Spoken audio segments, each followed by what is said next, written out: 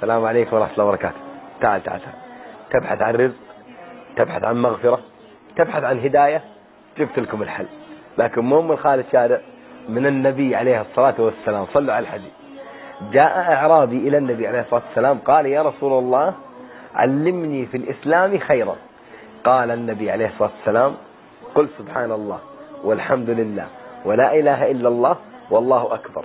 ثم مضى الأعرابي ثم توقف، فقال النبي عليه الصلاة والسلام: تفكر البائس. ثم رجع إلى النبي عليه الصلاة والسلام فقال: يا رسول الله سبحان الله والحمد لله ولا إله إلا الله والله أكبر، هذه لله، فماذا لي أنا؟ فقال النبي عليه الصلاة والسلام: يا أعرابي، إذا قلت سبحان الله قال الله صدقت، وإذا قلت الحمد لله قال الله صدقت، وإذا قلت لا إله إلا الله قال الله صدقت، وإذا قلت الله أكبر قال الله صدقت.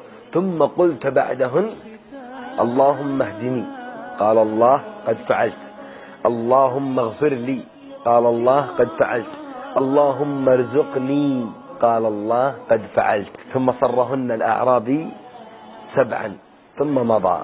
يا غالي، أنت تبغى الرزق، تبغى الهداية، تبغى المغفرة من الله.